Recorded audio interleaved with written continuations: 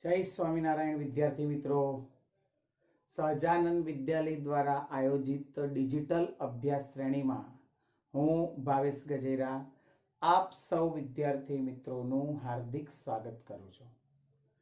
धोरण 8 विषय विज्ञान આપણે પ્રકરણ નંબર 11 ની શરૂઆત કરી, જેમાં આપણે બળ અને દબાણ વિશેની કેટલીક પ્રાથમિક માહિતીઓ એક નાના એવા વિડીયોની અંદર આપણે જોઈ.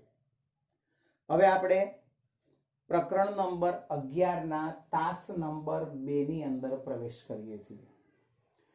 તાસ નંબર 2 ની અંદર પ્રવેશ કરીએ એ પહેલા તાસ નંબર 1 ની પ્રવૃત્તિ નંબર 11.2 ની આપણે ચર્ચા કરીએ. હવે પ્રવૃત્તિ નંબર 11.2 ની જે ચર્ચા થઈ એની અંદર આપણે એવું સમજ્યા કે એક વજનદાર બોક્સ આપણે લઈ રહ્યા છીએ. વજનદાર બોક્સ આપણે લઈએ છીએ જેને સપાટી ઉપર ગોઠવેલું છે. વજનદાર બોક્સ આપણે લઈ રહ્યા છીએ જેને સપાટી ઉપર ગોઠવેલું છે. બે વિદ્યાર્થીઓ એક વિદ્યાર્થી આ બાજુથી, બીજો વિદ્યાર્થી એ જ બાજુથી, એટલે બે વિદ્યાર્થીઓ આ બોક્સ ઉપર એક જ દિશામાં બળ લગાડે છે એટલે બોક્સ ખસે છે. બોક્સ શું થાય છે? ખસે છે. બીજું આપણે એવું જોયેલું કે સામ સામે અલગ અલગ બે વિદ્યાર્થીઓ આ બોક્સ ઉપર બળ લગાડે છે. એક વિદ્યાર્થી આ બાજુ છે, એક વિદ્યાર્થી બીજી બાજુ છે.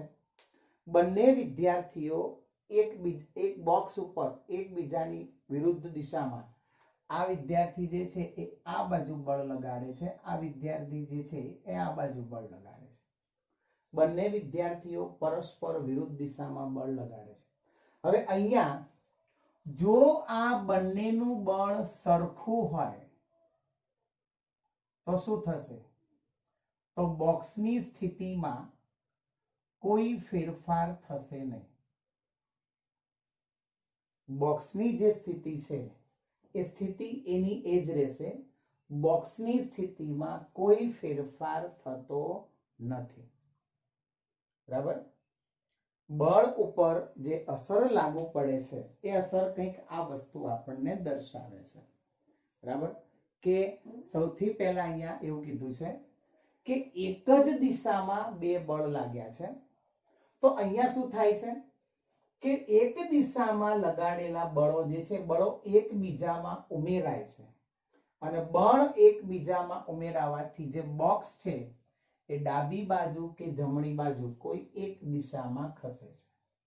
બરાબર? જો આપણે આ બોક્સ ઉપર બે બળ લગાડીએ છીએ અને બંને બળ પરસ્પર વિરુદ્ધ દિશામાં લગાડવામાં આવે છે, બંને બળ પરસ્પર વિરુદ્ધ દિશામાં લગાડવામાં આવે છે, તો એ વખતે જો બોક્સ ખસતું નથી, એટલે બોક્સની સ્થિતિમાં ફેરફાર નથી થતો, બોક્સની સ્થિતિમાં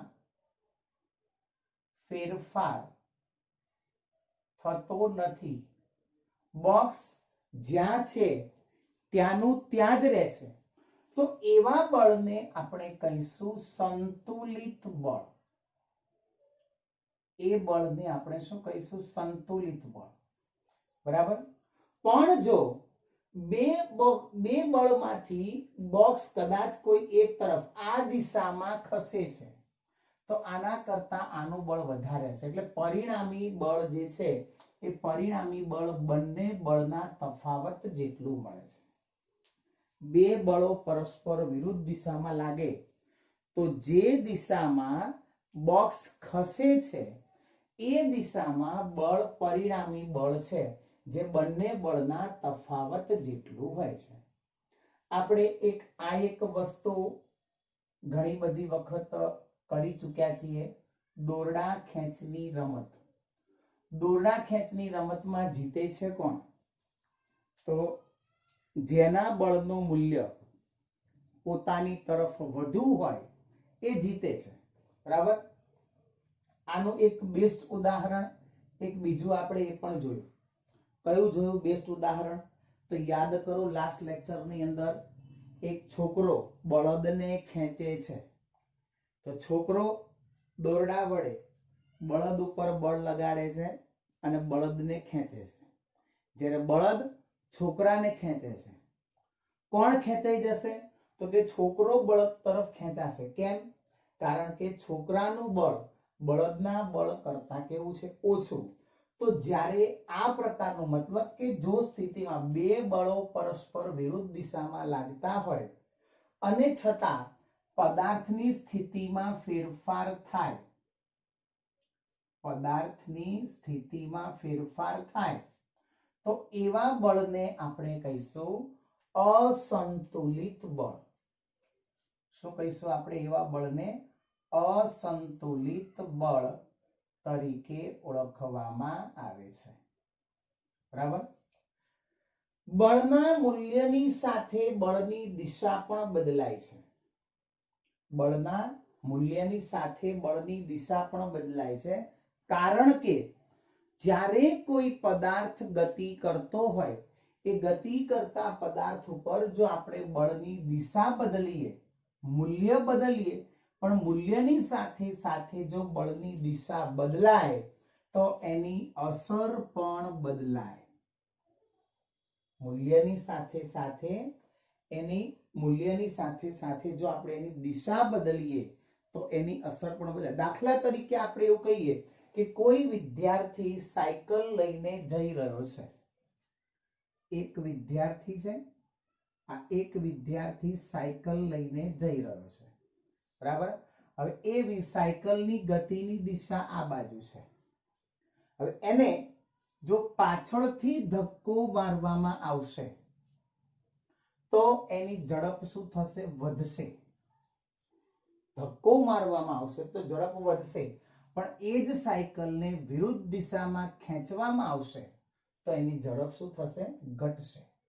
એટલે બળને માત્ર મૂલ્ય વડે દર્શાવવામાં આવતું નથી, મૂલ્ય સાથે દિશા પણ દર્શાવવામાં આવે છે.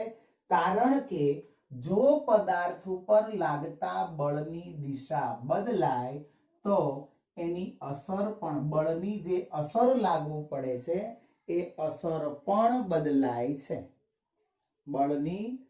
બળના મૂલ્યની સાથે જો દિશા બદલવામાં આવે તો બળ વડે થતી અસર પણ બદલાય છે. બરાબર? ચાલો હવે જુઓ, પાઠ્યપુસ્તકની અંદર શૈક્ષણિક મુદ્દા નંબર 11.4 બળ વડે પદાર્થની ગતિની અવસ્થામાં ફેરફાર કઈ રીતે થાય છે? એટલે કે બળ પદાર્થની ગતિની અવસ્થા બદલે છે. જે બળ છે એ બળ પદાર્થની ગતિની અવસ્થા બદલે છે. એના માટે આપણને પ્રવૃત્તિ નંબર 11.3 આપવામાં આવ્યું છે. એક રબરનો આપણે દડો લઈએ છીએ. રબરનો દડો લઈએ છીએ. એ રબરના દડાને સમતલ સપાટી ઉપર મૂકવામાં આવે, સમતલ સપાટી ઉપર મૂકવામાં આવે અને પછી એને ધીમેથી ધક્કો મારવામાં આવે તો દડો ગતિની શરૂઆત કરશે. બરાબર? સમતલ સપાટી ઉપર સમતલ સપાટી ઉપર એક દડો મૂકવામાં આવ્યો. એ દડો મૂક્યા પછી એને ધક્કો મારવામાં આવશે તો દડો ગતિ કરશે. પણ એ જ ગતિ કરતા દડાને ફરીથી ધક્કો મારવામાં આવશે તો એની ઝડપ વધશે કે ઘટશે? તો 100% તમારો જવાબ હશે એની ઝડપ વધશે. મતલબ કે પદાર્થ ઉપર લગાડવામાં આવતું બળ ગતિની દિશામાં હોય તો એની ઝડપ શું થાય છે? વધે છે. જે આપણે હમણાં સાયકલના ઉદાહરણ દ્વારા દર્શાવ્યું કે સાયકલ જે દિશામાં જઈ રહી છે એ જ દિશામાં જો આપણે બળ લગાડીએ છીએ તો સાયકલની ઝડપમાં વધારો થાય છે. એ જ રીતે સામેથી આવતા દડાને આપણે રોકવો છે તો આપણે પકડી લઈશું. પકડી લઈશું એટલે આપણે એને વિરુદ્ધ દિશામાં બળ લગાડ્યું તો ગતિની અવસ્થા કેવી થઈ જશે? સ્થિર. એટલે પદાર્થ ઉપર બળ લગાડવામાં જે આવે છે એ ગતિની વિરુદ્ધ દિશામાં લગાડ્યું હોય તો એની ઝડપ ઘટે છે. પદાર્થ ઉપર બળ લગાડવાથી પદાર્થની ગતિની દિશા પણ બદલાય છે.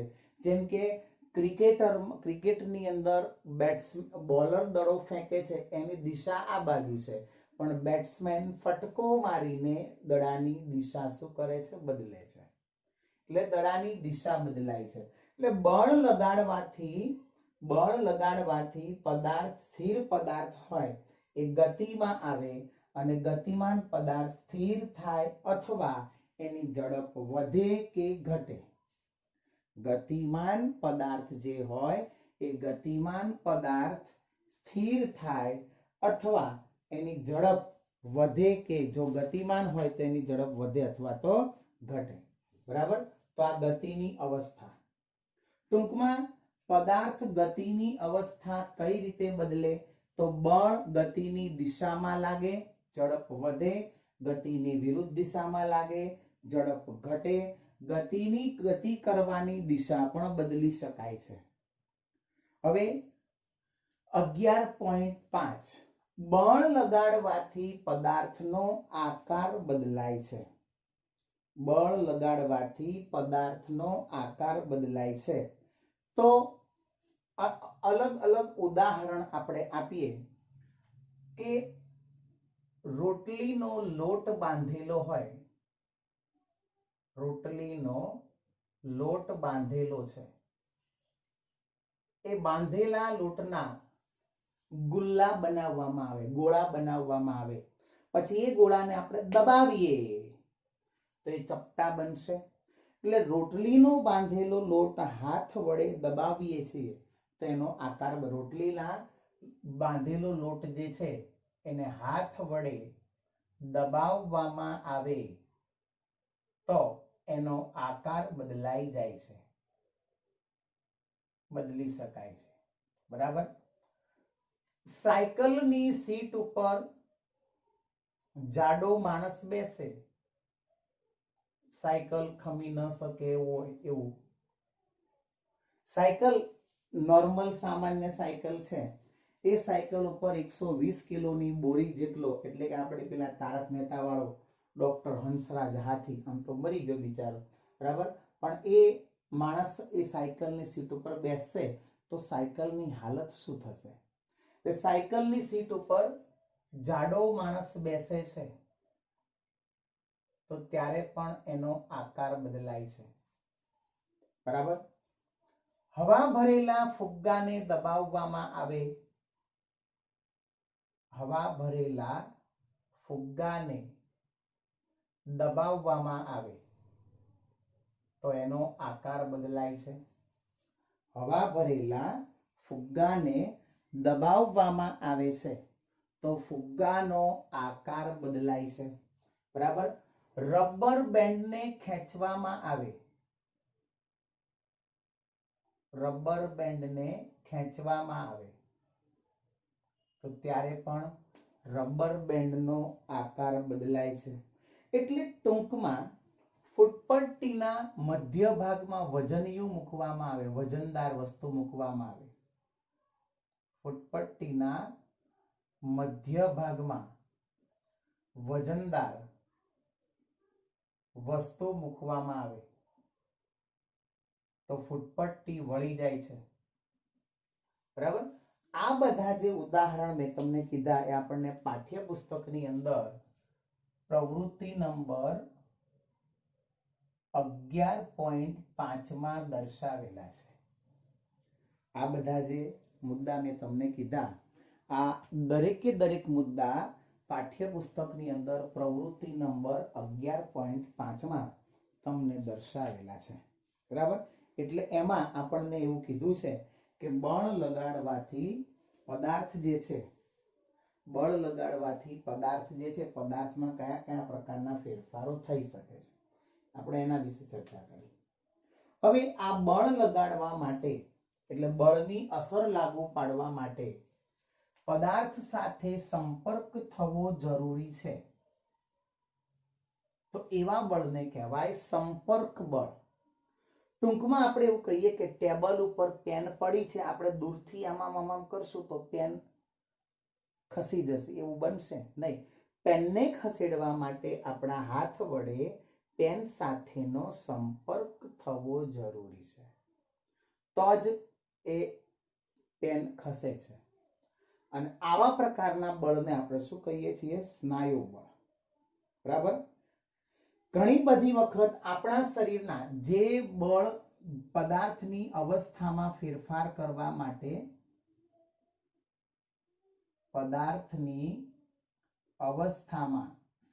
કરવા માટે શરીરના સ્નાયુઓનું બળ વપરાતું હોય, શરીરના સ્નાયુઓનું બળ વપરાય તો એવા બળને કહેવાય સ્નાયુ બળ. બરાબર.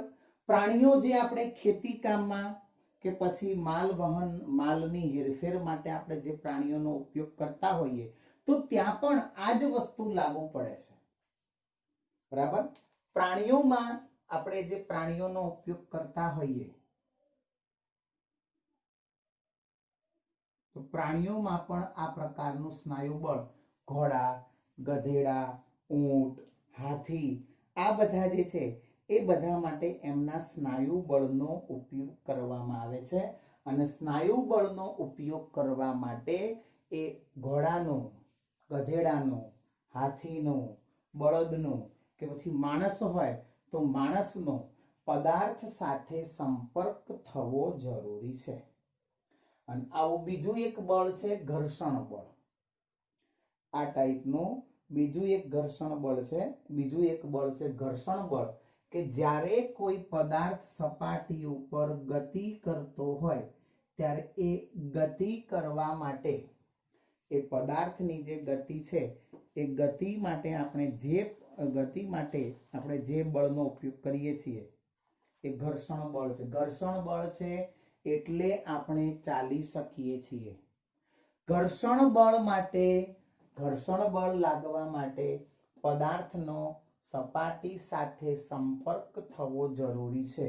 જો પદાર્થનો સપાટી સાથે સંપર્ક થાય તો જ ઘર્ષણ બળ લાગુ પડે છે. બરાબર. તો બાળ મિત્રો, આપણે ઘર્ષણ બળ વિશે ઊંડાણમાં નેક્સ્ટ ટોપિકની અંદર સમજીશું કે ઘર્ષણ બળ શું છે, કેવી રીતે લાગુ પડે છે. બરાબર મિત્રો, અહીંયા આપણે આ તાસ નંબર 2 ને વિરામ આપીએ છીએ. નવો વિડીયો અપલોડ કરીએ ત્યાં સુધી સૌ વિદ્યાર્થી મિત્રોને જય સ્વામિનારાયણ.